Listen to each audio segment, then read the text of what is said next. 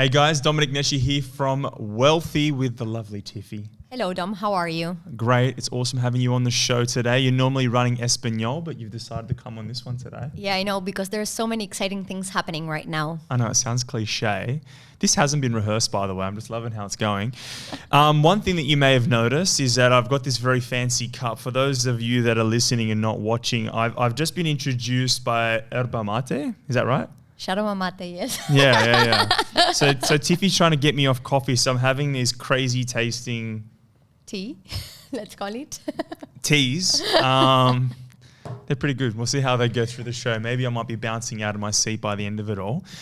Today we're talking about Melbourne. We are. It's one of my preferred cities. This is a personal, emotional preference. So it's really exciting to talk about things that I like, the rational side of why I like the Melbourne city, but also I just love how many new news are happening that as an investor, I want to be there. It's hard for me personally sometimes working this job. It doesn't feel like a job firstly, but it's hard because we see so many different opportunities, and Tiffy often just says, Dom, relax, you're bored, but I just want to buy many of them. And recently we've been presented with a couple opportunities in Melbourne, and off the back of all the different reports coming from government, from private institutions, it really is hard for me to say no to the current deal that I'm looking at. And it's an amazing deal, so I get it. Yeah, we may talk about it a little bit more later, but that's kind of what was part of the conversation. We had our top 5 hints, and one of them was, listen, look at Melbourne. Since we put that out, new press releases came out. So today I want to talk about some of the fundamentals of Melbourne, what makes it a good state to invest in. I want to talk about some of the property values and how it compares to the rest of Australia, and particularly Sydney. I want to dive into quality, just the competitiveness in that market and how it relates back to the property, the stock, the actual stuff that you're buying. I want to chat about the impacts of COVID.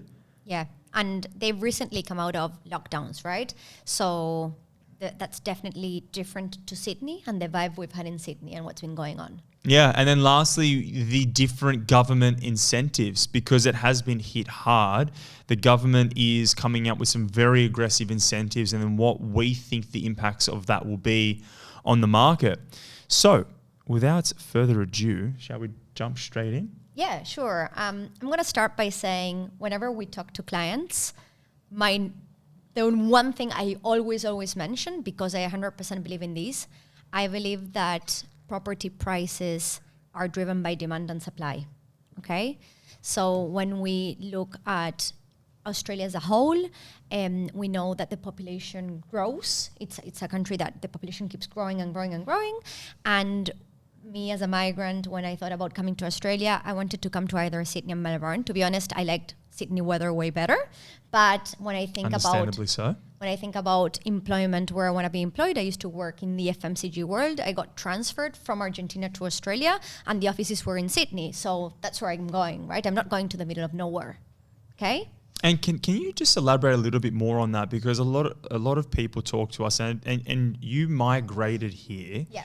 And this is a little bit of a side topic, but I often say to clients that people that are migrating into Australia have to have a couple of key qualifications. Yeah. So tell a little bit about that process, just so people understand what it takes, and then the types of people that are landing in Australia as a result of migration. Yeah.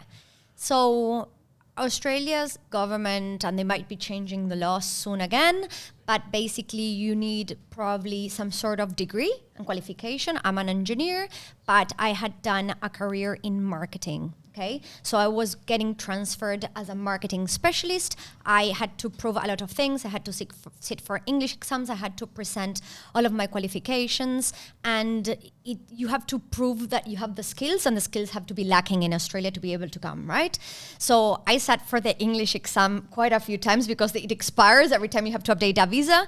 And I was thinking probably someone who's a native English speaker wouldn't even be getting these just marks, whatever, without studying, because it's just you have to learn how to pass an exam, basically, right? It's interesting because one thing you need to have is high qualification. So you got to be, in some degree disciplined or have, be highly qualified. And then the other way is if you've got money. You've got to have a lot of cash by coming in and paying for different visas. So the types of people coming into the country have to be highly qualified or have to have a good amount of income. And then they're typically landing in, most often, Sydney and Melbourne. Yes. Of course, you can have other exceptions, but most of the people will land in Sydney and Melbourne. And when you look at the population projections, Melbourne's population is meant to surpass that of Sydney in the next 10 years. All of these projections were pre-COVID. I don't think, even if COVID has had an impact, I don't think in the long term that would affect the population projections. And it just makes sense. All of the big companies are based in mostly in Sydney and Melbourne. Yeah. So from a population perspective, Melbourne has really been the top dog. It has been growing very, very quickly. It gets a lot of interstate migration as well as people internationally. Yes. And that's the reason why we like that Melbourne market. One reason why we like the Melbourne market, because it has a physical population growth is a physical demand. Yes. Physical demand on property prices. And it's a cool city. It's really, really nice, right? Like if you're into cultural things, coffees, going out, there's a lot going on. It feels European in that way. Yes. Now, the other thing that's attracting people to Melbourne and Brisbane is property values. Yeah. Sydney is probably the most unaffordable city in Australia. It even ranks globally as one of the most expensive real estate markets in the world. So understandably so. So coming out of Sydney and you look at Melbourne and Brisbane and every other state, you're like, this is a bargain.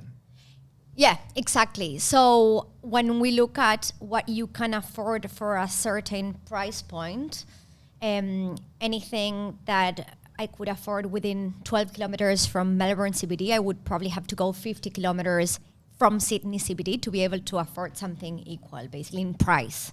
So when you think about that, as far as travel and time and then cultural sort of diversity, when you're less than 15 kilometers, so sort of 10 to 15 Ks from a CBD or Melbourne CBD, you still got a lot of cool cafe culture. You still got, you're still sort of 20 to 30 minutes from the CBD on public transport. You get a lot of, opportunities for double income, no kids, a lot more sort of diversity in the types of people that are renting, buying property. When you go 50 kilometers from Sydney CBD, the demographics change significantly. And the types of real estate that you're buying changes significantly as well. So it's very difficult to compare apples and oranges in that instance. But needless to say, for say $650,000, you can buy something very nice in Melbourne. 650K in Sydney, it's a lot harder to find the good quality stock. We found it. Yeah. But it's you'll go get a nice terrace and some land in Melbourne that's close to the city. In Sydney, you're buying maybe an apartment, or you're going to go way further out west or northwest or southwest to get house and land, which probably won't be the greatest quality. Exactly. And when we look at what else drives the demand and supply, coming back to how we started this podcast, we like looking at investment in infrastructure from the government, right? So there's the existing infrastructure and what's coming to the area, right? To support the growth of the area. So a lot of people love being close to train lines, and things that we've seen in Melbourne that we love following. It's just that clear ripple effect. So if one suburb has hit the $1 million average price point, you know that probably in the following year or two, the next one in that train line will probably go and hit it. And then sometimes because of X, Y, or Z reason, that doesn't happen. And so you know that that suburb that you've detected that it's meant to be growing, maybe COVID stopped it or whatever it is, but that's how we're finding some amazing suburbs that in Melbourne have easy commuting to the CBD. They have the infrastructure there. They've even gone, there's one particular one that we've been loving, and massive train they've just upgraded to $132 million train station just as upgrades. And those are the things that we're always looking for. And just infrastructure is important. So what Tiffy is saying isn't anecdotal, it's very literal. We've got data where we've literally tracked the performance of suburbs on the train line, and literally year after year we've noticed that each subsequent train line going away from the city has tracked and cracked that $1 million price point. And it's very funny to see this ripple effect where you can see the changes in people's income, who's moving into those suburbs, the amount of affordability, and then the effects it has on property prices. I've never seen it in a very as clear as that, as that. linear, because things like usually when you talk about reality, it's not linear. Like no, it's change, much more nuanced. Yeah, exactly. And in this particular case, we've seen that linear just ripple change in effect. Prices, yeah. Amazing. Now, what we kind of touched on it, but quality. It's in another level, right? I've not seen that before in my life. Yeah.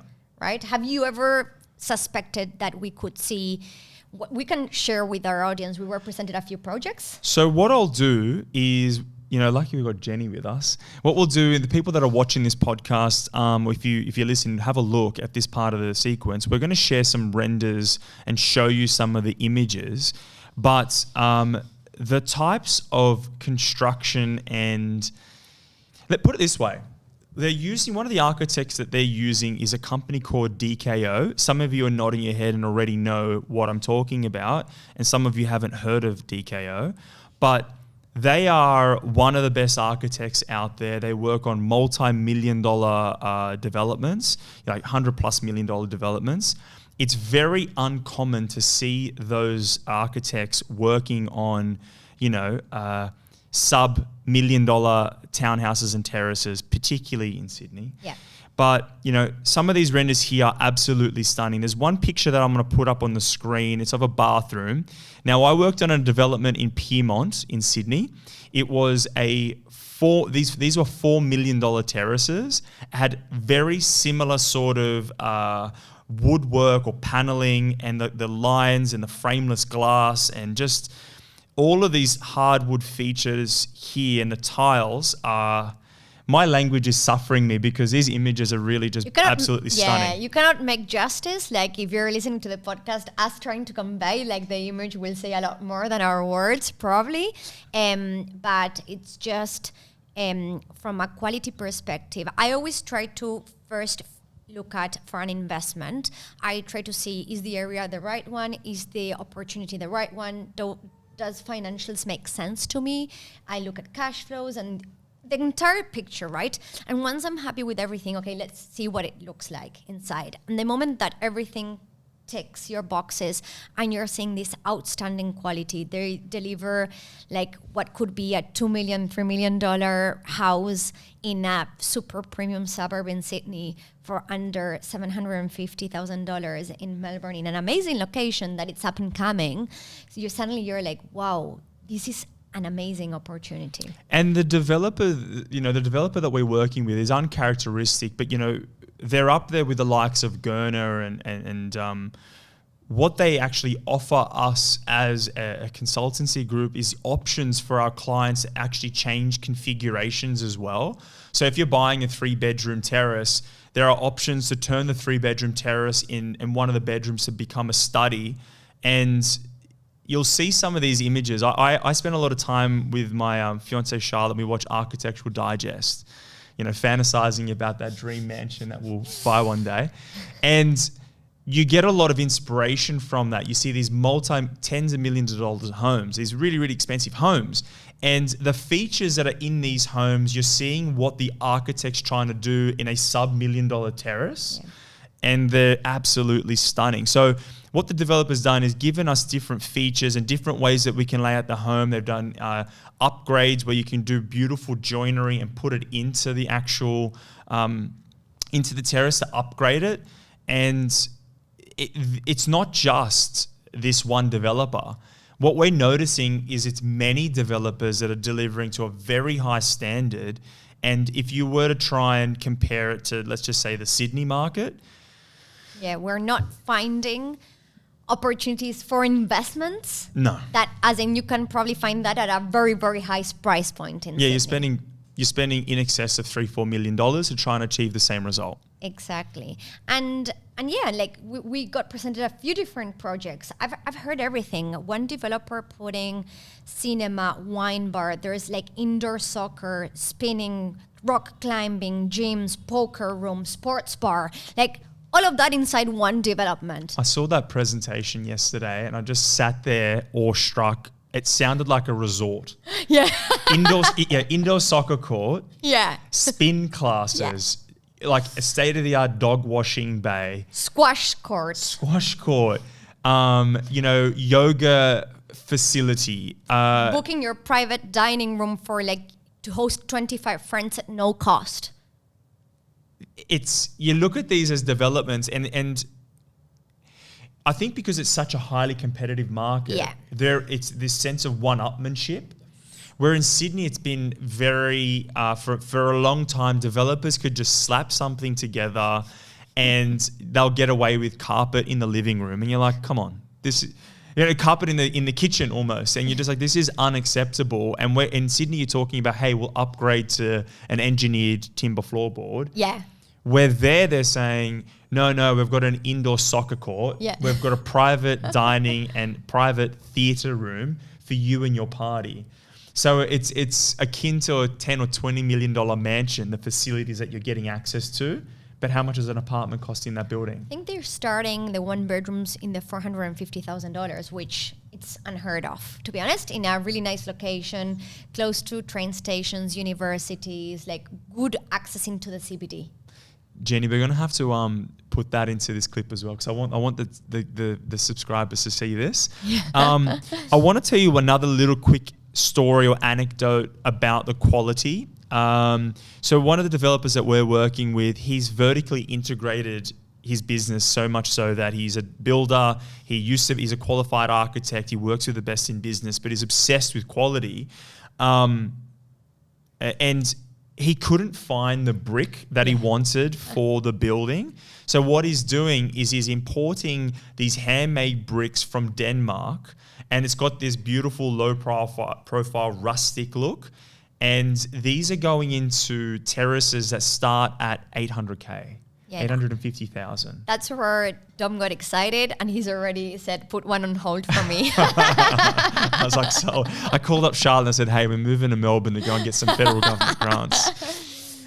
Anyways, was there any other interesting quality features that you saw that just were? It's just, it's another level and we've seen a lot of different types of qualities, and this is just that version 2.0 of what we're moving forward in our future, right? Like now it's not that normal. I'm hoping that in a few years' time we're seeing a lot of these. So, when people say, why are you paying a premium for brand new? It's because you get stuff that you don't get in old, and because people will value what you're getting in that option.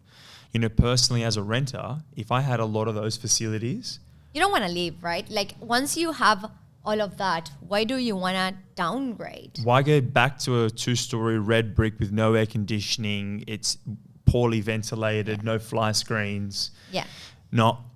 Anyways, we'll move off quality because we've said enough. Melbourne has got outstanding quality and you're getting in at very, very affordable prices.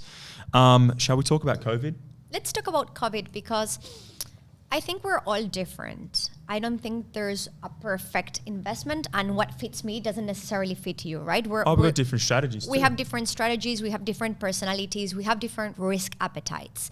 Now, when COVID came and Melbourne went into lockdown, there's a lot of people that really struggle with the idea of buying in Melbourne just because COVID had a bigger impact.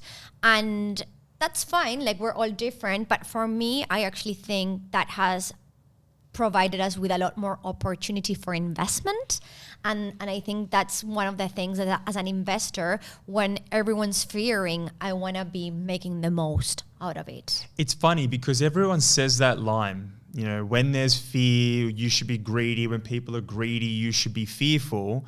But when it comes into practice, it's very different. We just feel comfortable following the masses, and that's the human nature, really. Right? Yeah.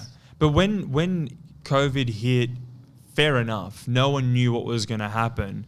But for me, you know, I tried to read up as much as I could. Once we started to understand, we're getting a sense of we know how to control this thing, or at least mitigate a lot of the risk.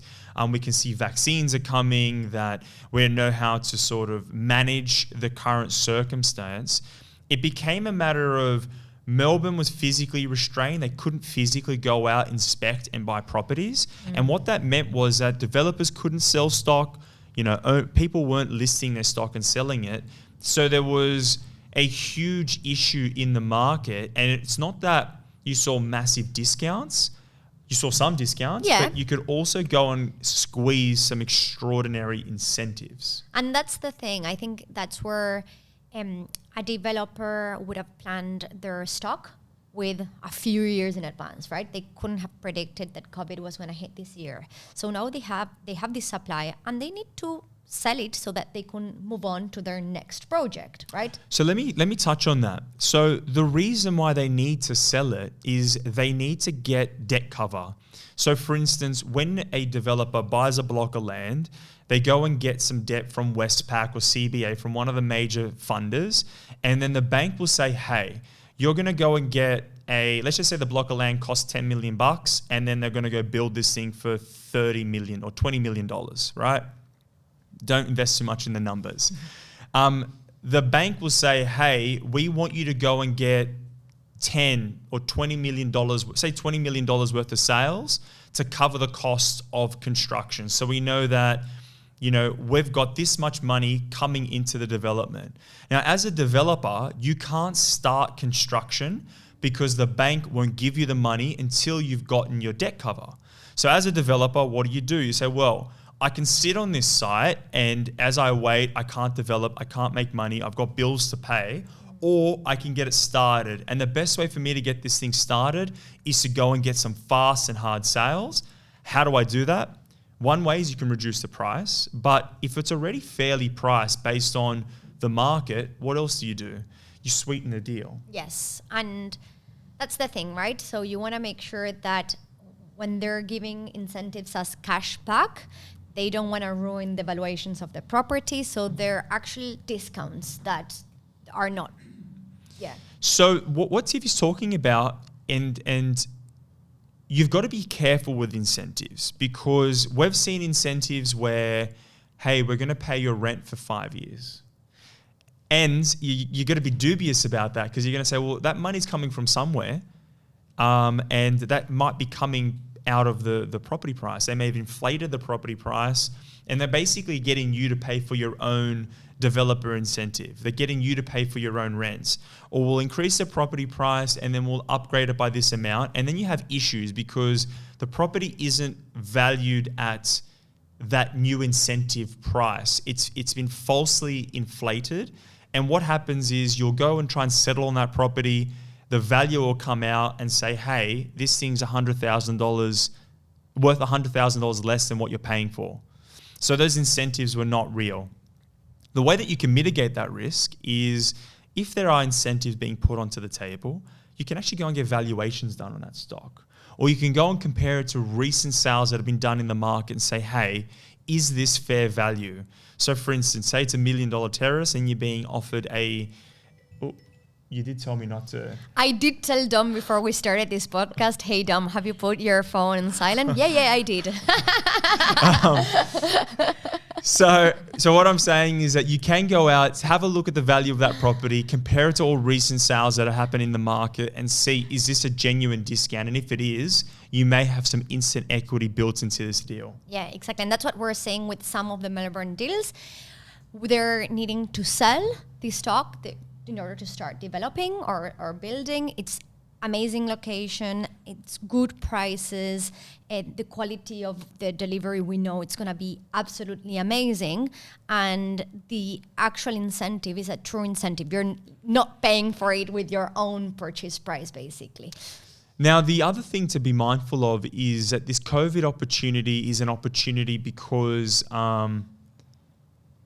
you haven't had a lot of, the market's been depressed for a while. People haven't physically been able to get out and start buying. Now that the gates are opening up, people have actually saved quite a lot of money. There's been a lot of negative press on people that have lost jobs, and I feel sorry for those people. Yes. But we talk to hundreds of clients that have saved more money than ever. They're sitting in cash. Cash rates are extremely low. It's doing nothing for them. And now they want to invest. Some are buying gold. Some are buying stocks. A lot of people are buying property. I want to stop there. And I think a lot of people would have understood what you just said when you meant cash does nothing. Basically, when I arrived to Australia in 2015, I had a savings account. And I think in ING, I was getting paid 2.85% interest on all of my savings. Now it's just a sad, 0.35%, like whatever it is. It's giving me absolutely nothing, right? So I don't want to have my money sitting in a bank account, in a savings account, because I'm not getting a return for it. Okay. So what we're seeing is people going out there and buying investments. Now, what we believe will happen as a result, especially because of all these different government incentives, is more purchasers will step into the market, which is just more demand stepping into the market as well, which actually leads to our next point, which is government incentives. Yeah, the government, the Australian government and the federal government together with the different state governments have been trying to make it so that they incentivize people to spend. So they're trying to reactivate the economy, right?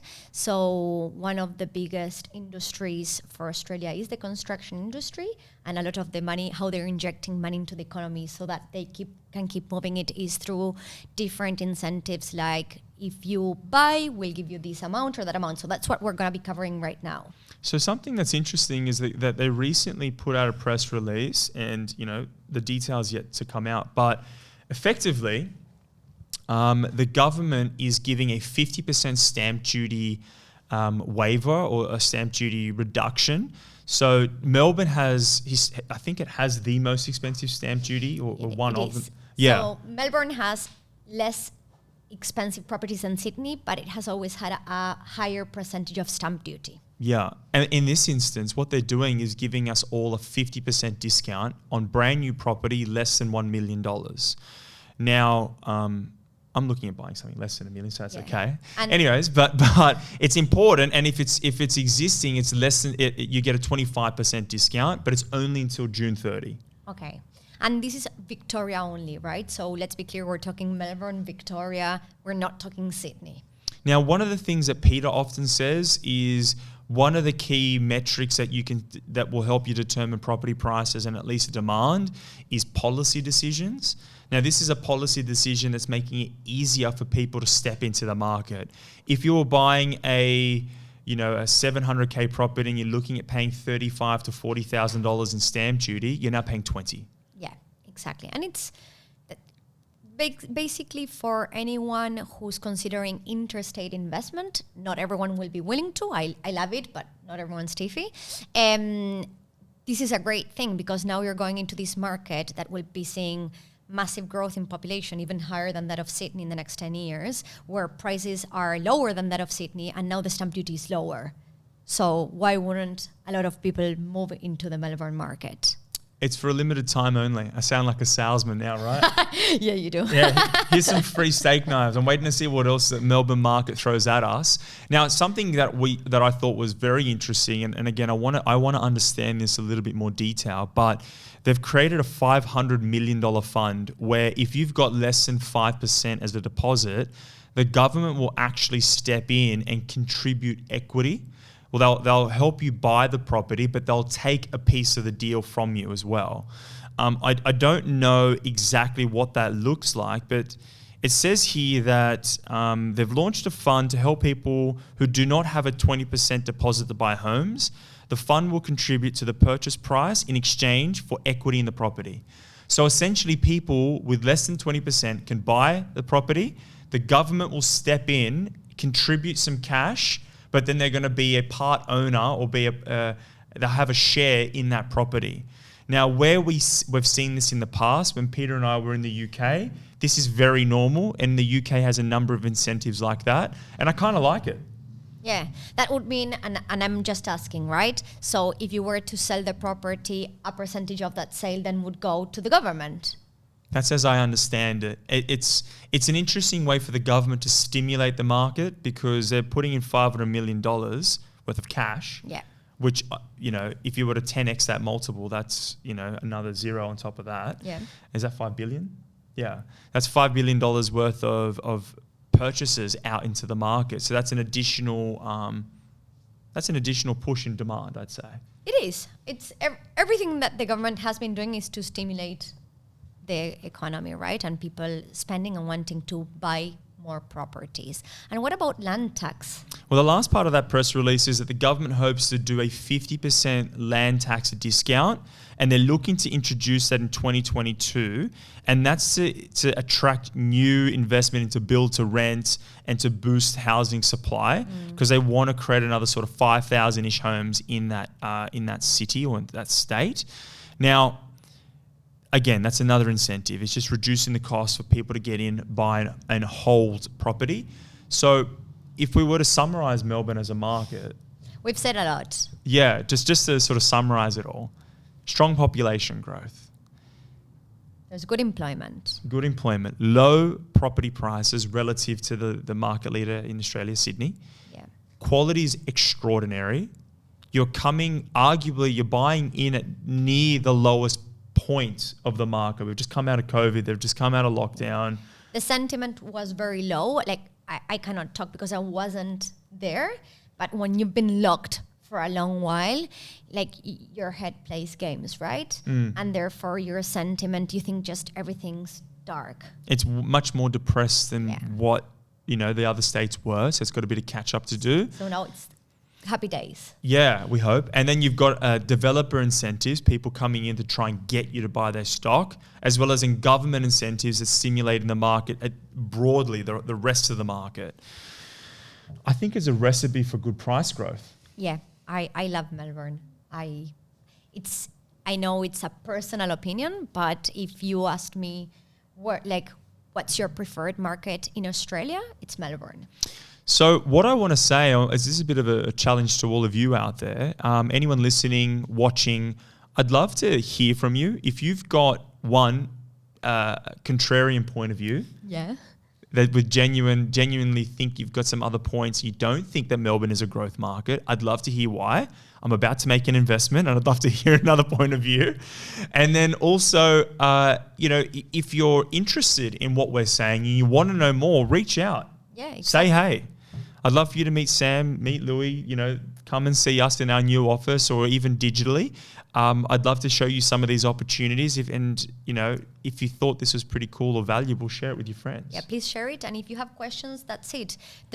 We're in so many different places. You can find us in Spotify, Apple Podcasts, Facebook. So you can ask questions through any means, right? You can go into our website, wealthi.com.au, and just reach out to us. And TikTok. We've launched TikTok. Peter Awesome. promised he's going to be doing some TikTok dances, right? He's nodding his head. If only the camera was on him, so we got that confirmation. Again, thank you for your attention. We really appreciate all of you, and we hope to see you and hear from you all soon. See you next time.